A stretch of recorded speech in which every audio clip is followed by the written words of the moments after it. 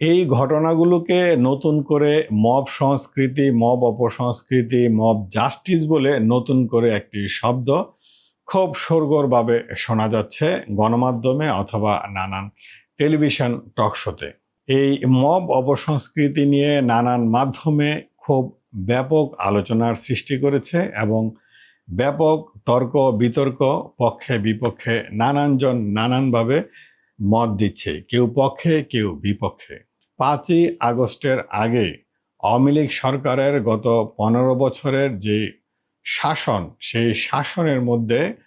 সরকারের নানা মহলের উচ্চপদস্থ নানান কর্মকর্তারা যেভাবে দেশ পরিচালনার ক্ষেত্রে নানান সেক্টর থেকে যারা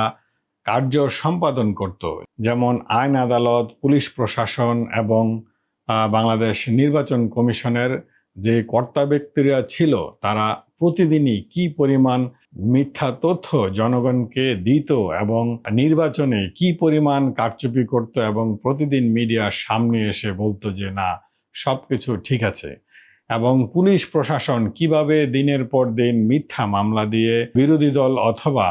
বিএনপির অথবা অন্যান্য অর্থাৎ আওয়ামী বিরোধী যত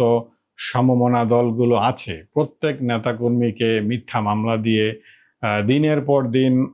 জেলের